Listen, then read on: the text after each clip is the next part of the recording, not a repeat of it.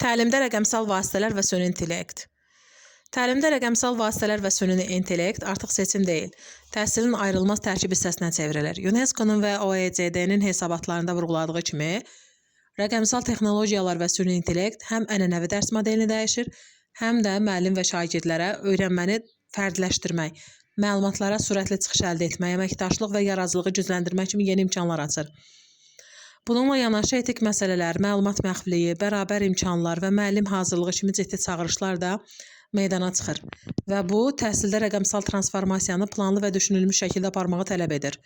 Google Classroom, Kahoot, Quiz, Canva, Education və ChatGPT kimi süni intellekt əsaslı platformalar dərs prosesini təşkil etmək, dərs resursları hazırlamaq, qiymətləndirmə aparmaq və oyun elementləri ilə motivasiya etmək üçün geniş istifadə olunur. Bu alətlər müəllimə tapşırıqları strukturlaşdırmaq, dərhal rəy vermək, şagirdlərin iştirakını izləmək və fərqli səviyyəli şagirdlər üçün fərdləşdirilmiş tapşırıqlar hazırlamaq imkanı yaradır. Eyni zamanda mətn, şəkil, digər məzmun yaradan süni intellekt modellərindən düzgün istifadə müəllimin iş yükünü azaldır, dərs planlaşdırması və resurs yaradılmasını daha səmərəli edir. Lakin beynəlxalq çərçivələr xatırladır ki, rəqəmsal vasitələr və süni intellektin təlimdə istifadəsi heç vaxt məqsəd deyil, vasitə olmalıdır. Əsas məqsəd şagirdlərin tənqidi və analitik təfəkkürünü, rəqəmsal savadlılığını inkişaf etdirmək, yəni onları texnologiyadan istifadə edən, amma ondan asılı olmayan şuurlu öyrənənlərə çevirməkdir. Bunun üçün məktəblər və müəllimlər texnologiyanı kurikulum, qiymətləndirmə və sinif idarə etməsi ilə uzlaşdıran aydın strategiya qurmalı. UNESCO və OECD kimi qurumların hazırladıqları sənədləri nəzərə alaraq həm imkanları, həm də riskləri balanslı şəkildə idarə etməlidirlər. Google Classroom. Google Classroom nədir? Google Classroom təhsil üçün Google Workspace ekosisteminə daxil olan müəllim, şagird və tədris materiallarını vahid onlayn məkanda bir araya gətirən rəqəmsal öyrənmə platformasıdır. Google'un rəsmi təsvirinə görə Classroom siniflərin yaradılması və idarə olunması, tapşırıqların verilməsi, toplanması, qiymətləndirilməsi, şagirdlərdə ünsiyyət və rəy mübadiləsi, həmçinin Drive, Dots, Slides, Forms, Meet və s. ilə inteqrasiya üçün vahid tədris platforması kimi çıxış edir. Web və mobil tətbiq formasında işləyir. Bu platformanın əsas məqsədi tapşırıq axınını asanlaşdırmaq, əməkdaşlığı yüksəltmək və ünsiyyəti gücləndirmək kimi formalaşdırılır. Yəni, müəllim dərs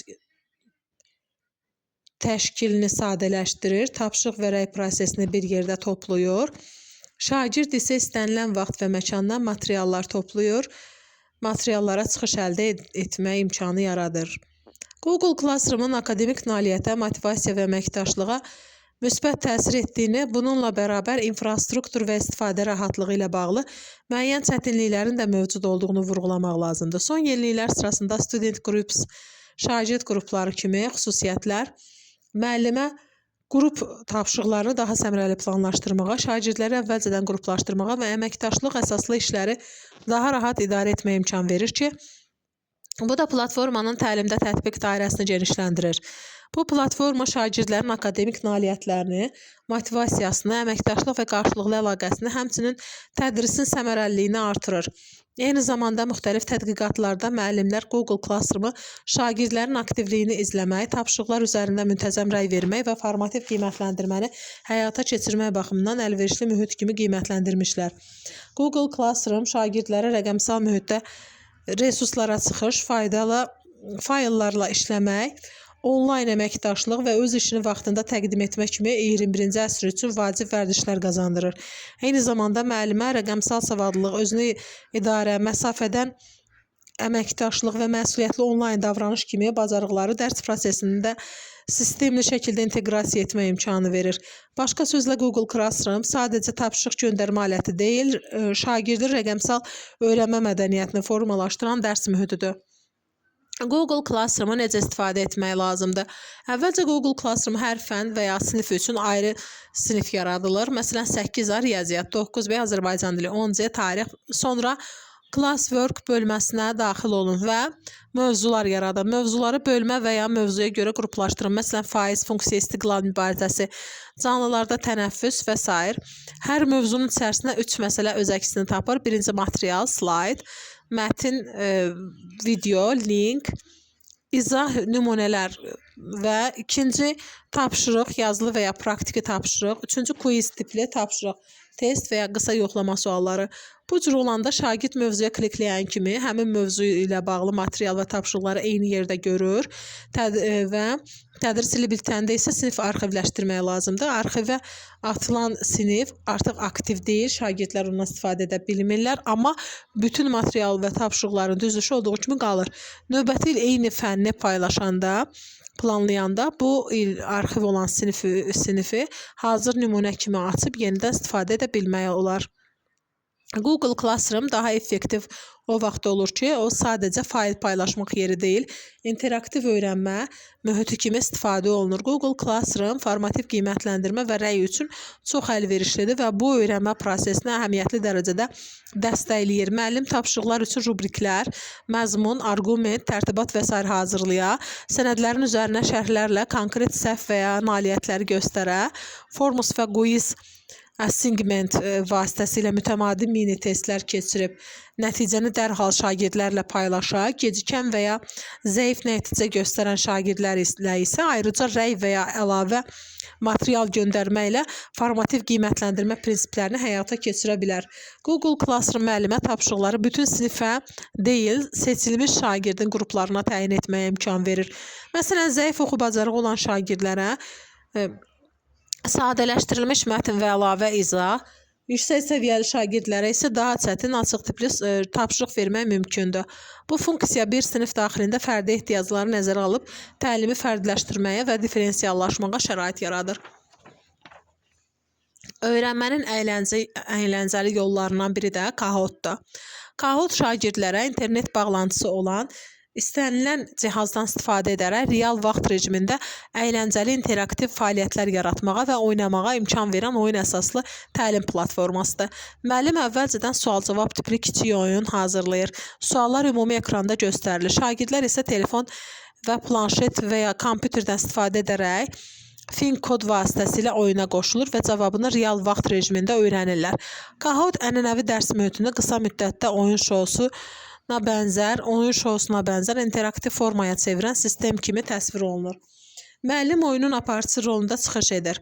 Şagirdlər isə yarışmada biliklərini yoxlayırlar. Bununla yanaşı Kahoot da sadəcə əyləncə üçün deyil, formativ qiymətləndirmə vasitəsi kimi də nəzərdə tutulur.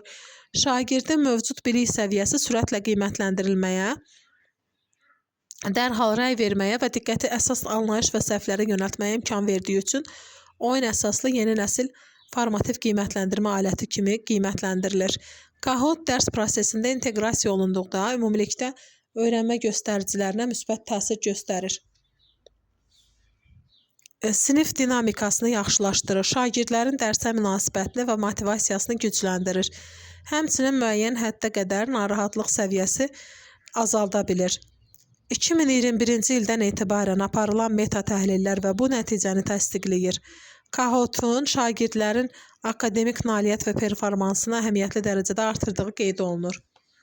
Kahoot dərsdə necə tətbiq edilməli? Tədqiqatlar göstərir ki, Kahootun təlimdə yaratdığı real fayda onun necə və nə məqsədlə dizayn olunmasından birbaşa asılıdır. Sadəcə oyun oynamaq kifayət etmir. Sualların məzmunu kurikulumla uyğunlaşdırılmalı, çətinlik dərəcəsi düzgün seçilməli, oyun dərsin uyğun mərhələsində, məsələn, cəlb etmə, izahdan sonra yoxlama, dərs sonu yekunda istifadə olunmalıdır. Eyni zamanda nəticələrin müzakirəsi, şagirdlərə verilən rəy, istifadə tezliyi və şagirdlərin marağının artırılması da Kahootun pedaqoji dəyərlərini müəyyənləşdirir. Məqsədyönlü və təhsil proqramı ilə bağlı istifadə. Kahoot oyunu sadəcə əyləncə üçün deyil, konkret öyrənmə məqsədi üçün də hazırlanmalıdır. Suallar mütləq fəndə Keçirilən əsas anlayışları, bacarıqları, standartları yoxlamalıdır. Yalnız maraqlı faktlardan ibarət olmamalıdır. Hər oyun öncəsi müəllim özündən soruşmalıdır. Bu Kahoot nə üçündür? Əvvəlki biliyi xatırlatmaq, dərsin ortasında anlama səviyyəsini yoxlamaq, yoxsa dərsin sonunda ümumi təkrarı üçün? Formativ qiymətləndirmə və dərhal rəy. Kahoot üçün ən çox formativ qiymətləndirmə üçün faydalıdır. Belə ki, dərs zamanı qısa oyunlarla şagirdin nəyi anlayıb anlamadığını dərhal görmək olur. Oyundan sonra nəticələr sual-cavab, sual-sual siniflə birlikdə müzakirə edilməli. Niyə bu cavabın doğru, digərinin isə düz olmadığı müzakirə olunmalıdır. Yəni, oyun yalnız bal və reytinqlə bitməməlidir. Mütləq qısa tədris söhbəti ilə tamamlanmalıdır. Oyun elementlərini balanslı istifadə etmək. Kahoot dərsə rəqabət və əyləncə qatdığı üçün motivasiyanı artırır. Amma hər dərsdə eyni formatda və çox tez-tez istifadə olunarsa, şagirdlərdə rəqabət sinif daxili mühitə mənfi təsir edər. Oyun yorğunluğu yarana bilər. Buna görə də Kahootu bəzən fərdi yarış, bəzən qrup komanda oyunu, bəzən isə ev tapşırığı kimi dəyişdirərək istifadə etmək daha məqsəd uyğundur. İnklüzivlik və şagird müxtəlifliyi. Kahoot hazırlayarkən bütün şagirdləri nəzərə almaq vacibdir. Vaxt limitini çox sərt qoymamaq, sualları sadədən mürəkkəbə doğru sıralamaq, dili aydın və sadə seçmək lazımdır. Xüsusi ehtiyacı olan şagirdləri də unutmaq olmaz. Oyunun qaydaları elə qurulmalıdır ki, yalnız ən sürətli cavab verənlər deyil, düşünərək dəqiq cavab verən şagirdlər də motivasiya olunsun. Məsələn, bəzi oyunlarda balı təkcə sürətə yox, dəqiqliyə də bağlamaq olar. Kahoot mahiyyət etibarilə oyun əsaslıdır və formativ qiymətləndirmə aləti olmaqla öyrənmə nəticələrini, motivasiyanı və sinifdə əməkdaşlığı artırma potensialına malik bir platformadır. Onun real pedaqoji dəyəri isə tətbiqindən asılıdır. Quiz nədir? Quiz oyun əsaslı onlayn test və formativ qiymətləndirmə platformasıdır. Müəllim müxtəlif tip çox seçimli, doğru, səhv, qısa cavab və s. əsasında quiz hazırlayır. Şagirdlər isə kompüter, planşet və ya telefon vasitəsilə qısa oyunlara qoşulurlar. Platforma həm canlı dərs rejimində, həm də öz sürəti ilə işləmə rejimində istifadə oluna bilər. Nəticələr avtomatik toplanır, müəllimə ətraflı hesabat təqdim olunur. Quizin mahiyyəti ondan ibarətdir ki, ənənəvi test və yoxlama fəaliyyətini rəqəmsal interaktiv oyunvari formaya salır. Sual axını, vaxt limiti, xal sistemi, sıralama cədvəlləri və vizual dizayn şagirdlərə oyun təcrübəsi yaradır. Eyni zamanda müəllimə öyrənməni izləmək və formativ qiymətləndirmə aparmaq imkanı verir. Təlimdə quizin əhəmiyyəti nədir? Şagirdlərin cəlb olunmasına və təlim nəticələrinin inkişafına təsir edir. Son illərdə aparılan bir çox empirik və sistematik tədqiqatlar göstərir ki, quiz şagirdlərin öyrənmə motivasiyasını, marağını, dərsə qoşulmasına əhəmiyyətli dərəcədə artırır və müxtəlif fənlərdə riyaziyyat, təbiət elmləri, dil dərsləri və s. öyrənmə nəticələrini və akademik performansı yaxşılaşdıraraq potensialını artırır. Oxu bacarığı və mətni anlama ilə bağlı araşdırmalarda quizin istifadəsi şagirdlərin motivasiya və məmnunluğunu, həm də mətnin qavranılması və səviyyəsini yüksəltmiş, ənənəvi kağız qələm testləri ilə müqayisədə interaktiv və dərhal rəyin şagirdləri daha çox cəlb etdiyi göstərilmişdir. Formativ qiymətləndirmə və özü idarə olunan öyrənmə. Quiz xüsusilə formativ qiymətləndirmə üçün çox əlverişlidir. Müəllim həm dərs zamanı, həm də dərsdən sonra şagirdin hansı mövzunu nə dərəcədə mənimsədiyini yoxlaya, səhvləri və boşluqları vaxtında görüb növbəti dərsi ona uyğun planlaşdıra və həm ayrı-ayrı şagird və həm də bütün sinif üzrə öyrənmə səviyyəsini izləyə bilər. Quizdən bu məqsədlə planlı istifadə şagirdlərdə öz nəticələrinə baxaraq zəif və təkrar etməli olduğu məsələləri müəyyənləşdirmək və inkişaf etdirmək vərdişi formalaşdırır və beləliklə özünü yoxlama, özünü tənzimləmə bacarığı güclənir. Quiz təlimdə necə tətbiq olunmalıdır? Quizdən alınan fayda onun sadəcə tətbiqindən yox, necə planlaşdırılıb istifadə olunmasından asılıdır. Yəni, sualların məzmunu, məqsədi, istifadə rejimi və şagird fərqliliklərinin nəzərə alınması əsas rol oynayır. Platformadan məqsəd uyğun və dərs proqramına uyğun istifadə edilməsi lazımdır. Belə ki, hər bir quiz müəyyən öyrənmə məqsədinə bağlı olmalıdır. Suallar yalnızca maraqlı faktlardan ibarət olmamalı, keçirilən əsas anlayış və bacarıqları yoxlamalıdır. Müəllim özü üçün əvvəlcədən bu quizi keçmiş biliyi xatırlatmaq, yoxsa dərsin gedişində anlama səviyyəsini yoxlamaq, yoxsa dərsdən sonra ümumi təkrar etmək üçün olduğunu dəqiqləşdirməlidir. Belə olduqda quizi kurikulumla bağlı məqsədli oyun əsaslı qiymətləndirmə alətinə çevrilir. Bundan başqa quizlərdən formativ qiymətləndirmə və dərhal ray vermək üçün də istifadə etmək lazımdır. Dərs ərzində qısa konkret mini quizlər keçirərək şagirdlərin nəyə başa düşüb-düşmədiyini dərhal görmək lazımdır. Oyundan sonra nəticələrə baxıb hansı suallarda səhvlərin çox olduğu, hansı mövzunun yenidən işlənməli olduğu müəyyənləşdirilməlidir. Quizin hesabatları da həm şagird, həm də sinif üzrə ümumi mənzərəni göstərir və növbəti dərsi planlaşdırmağa da kömək etmiş olur. ChatGPT. ChatGPT süni intellektə əsaslanan insanla söhbət edirmiş kimi təbii dili başa düşən və cavab verən rəqəmsal köməkçidir. Ona internet üzərindən daxil olmaq olur və o çox fərqli işlərdə istifadə oluna bilər. Məlumatı toplamaq və xülasə etmək, esse, məktub, məqalə kimi mətnlər yazmaq və redaktə etmək, mətnləri bir dildən digərinə tərcümə etmək, proqramlaşdırma üzrə kod nümunələri hazırlamaq, tədris və layihələr üçün ideyalar toplamaq, hətta müəyyən hallarda şəkillərlə bağlı izah və təhlil vermək və s. Təqdim edilən təlim materiallarında ChatGPT insanlara düşünməyə, yazmağa və problemləri həll etməyə kömək edən ağıllı köməkçi kimi izah olunur. Yəni onu bir növ universal məsləhətçi kimi də düşünmək olar. Sual verirsən və o öz bilik bazası və dil bacarığı əsasında sənə məntiqi, ardıcıl və mümkün qədər faydalı cavab verməyə çalışır. Bununla belə ChatGPT insanı əvəz etmir, daha çox işini asanlaşdıran, fikir formalaşdırmağa və mətn üzərində işləməyə yardım edən bir vasitə olduğunu nəzərdə tutur. ChatGPT həm gündəlik, həm də peşəkar fəaliyyət üçün çox funksiyalı rəqəmsal köməkçi kimi istifadə olunur. OpenAI-ın məlumatlarına görə istifadəçilərin xeyli hissəsi onu praktik məsləhət almaq, məlumat axtarmaq və müxtəlif mətnlər, məktub, esse, hesabat, təqdimat və s. yazmaq və redaktə etmək üçün işlədir. Həmçinin ideya toplamaq, beyin həmləsi aparmaq, məlumatları xülasə edib daha sadə dillə izah etmək, kod nümunələri hazırlamaq və texniki məsələləri analiz etmək kimi işlərdə ChatGPT vaxt qazandıran və məhsuldarlığı artıran vasitə rolunu oynayır.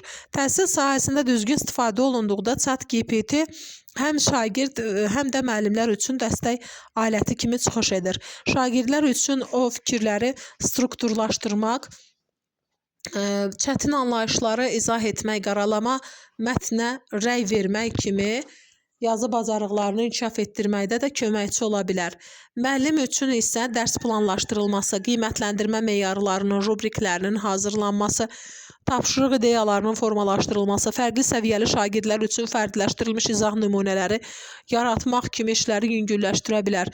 Eyni zamanda rəsmi sənədlərdə və tövsiyələrdə açıq şəkildə qeyd olunur ki, mətnləri tamamilə ChatGPT-yə yazdırmaq öyrənmə prosesini zəiflədir. Çünki şagird özü məşq eləmir, araşdırma, düşünmə və səhv üzərində işləmə imkanı itirir. Buna görə də ChatGPT şagirdə əvəz edən yazı maşını kimi deyil, məsləhət verən, istiqamət göstərən, fikir formalaşdırmağa kömək edən, köməkçi rolunda istifadə olunmalıdır. Yəni, əsas iş və məsuliyyət yenə də öyrənənin üzərində qalmalıdır. Son nəsil təkcə mətndən yox, şəkil və səs ilə də işləmə imkanı verir. Yəni, o artıq multimodel köməkçiyə çevrilir. Bundan əlavə, yəni agent funksiyaları sayəsində ChatGPT bəzi hallarda webdə, naviqasiyada və ya təqdimat şəklində istifadəçiyə qaytara bilir. Saytları gəzə, kod icra edə və nəticələri cədvəl, sənəd və ya təqdimat şəklində istifadəçiyə qaytara bilir. Bu isə onu sadəcə söhbət edən bot kimi yox, konkret tapşırıqları yerinə yetirən aktiv funksional rəqəmsal köməkçi kimi mövqeyələndirir. Son nəsil təkcə mətndən yox, şəkil, səs ilə də işləmə imkanı verir. Yəni o artıq multimodel köməkçiyə çevrilir. Bundan əlavə yeni agent funksiyaları sayəsində ChatGPT bəzi hallarda webdən naviqasiya edə bilər, saytları gəzə bilər, kod icra edə bilər və nəticələri cədvəl, sənəd və ya təqdimat şəklində istifadəçiyə qaytara bilir. Bu isə onu sadəcə söhbət edən bot yox, konkret tapşırıqları yerinə yetirən daha aktiv və funksional rəqəmsal köməkçi kimi mövqeləndirilir. ChatGPT-nin məhdud cəhətləri varmı? Məhdudiyyət baxımından ChatGPT hamını əvəz edən ağıllı varlıq deyil. Səhv edən, mövcud olmayan faktları inandırıcı formada uydura, halüsinasiya edə və ona öyrədilən məlumatları, qərəzləri və stereotipləri müəyyən dərəcədə əks etdirə bilər. Buna görə də ondan gələn cavablar mütləq dəyişməz, həqiqəti kimi qəbul olunmamalı. Xüsusilə elmi, hüquqi, tibbi və ya yüksək məsuliyyət tələb edən qərarlarda tənqidi düşüncə, əlavə mənbələrlə yoxlama və etik qaydada istifadə olunmalıdır. Başqa sözlə, ChatGPT məlumat və ideya üçün güclü köməkçi ola bilər. Amma son qərar, seçim və məsuliyyət yenə də istifadəçinin öz üzərində qalmalıdır. Canva for Education. Təhsil üçün Canva. Rəqəmsal alətlərdən Canva təhsil mühiti üçün əlçatanlığı, istifadə rahatlığı, həmçinin şagird və müəllim fəaliyyətlərinə uyğun zəngin dizaynlar imkanı ilə seçildiyinə görə ən çox istifadə olunan platformalardan biridir. Canva-nın sadə və rahat istifadəyə malik quruluşu sayəsində müəllimlər dizayn bacarıqlarına ehtiyac duymadan yüksək keyfiyyətli vizual resurslar yarada bilirlər. Platformanın minlərlə tədris şablonu, infografika, qrafik təqdimat və tapşırıq forması müəllimlərin dərsləri daha vizual və cəlbedici şəkildə qurmasına imkan verir. Tədqiqatlar göstərir ki, vizual resurslarla müşayiət olunan məlumat şagirdlər tərəfindən daha tez başa düşülür və uzun müddətli yadda saxlama gücünü artırır. Bu baxımdan Canva-nın imkanları müəllimə informasiya yükünü azaltmaq, məzmunu strukturlaşdırmaq və abstrakt anlayışları vizuallaşdırmaq üçün geniş metodik seçimlər təqdim edir. Bundan başqa təhsil üçün Canva versiyası müəllim və şagirdlərə təlim prosesində əməkdaşlıq, layihə əsaslı öyrənmə və yaradıcı tapşırıqları təşkilini asanlaşdırır. Platformada real vaxtda birgə iş funksiyası şagirdlərin qrup fəaliyyətlərini daha effektiv şəkildə yerinə yetirmələrinə, müəllimin isə prosesi izləyib formativ rəy verməsinə imkan yaradır. Canva qrafik dizayn aləti olmaqla yanaşı, müəllim və şagirdlər üçün təqdimatların, tədris vərəqlərinin, posterlərin, infoqrafiklərin, rubriklərin, interaktiv tapşırıqların və video dərslərin hazırlanmasına imkan verən çox funksiyalı tədris platformasıdır. Canva-dan istifadənin təhsildə üstünlükləri vizual öyrənməni gücləndirir, şagirdlər məlumatı 60% daha yaxşı yadda saxlayırlar, kreativlik və problem həllini artırır, şagirdlər öz biliklərini dizayn yolu ilə yenidən qururlar, real vaxtda birgə iş imkanı əməkdaşlığı dəstəkləyir, müxtəlif öyrənmə tərzlərinə malik şagirdləri nəzərə almaqla öyrənmə və universal dizayn təlimini reallaşdırırlar. Müəllimlər dərsə uyğun konkret material dizayn etməklə öz təlim resurslarını müəllimin özü yarada bilərlər.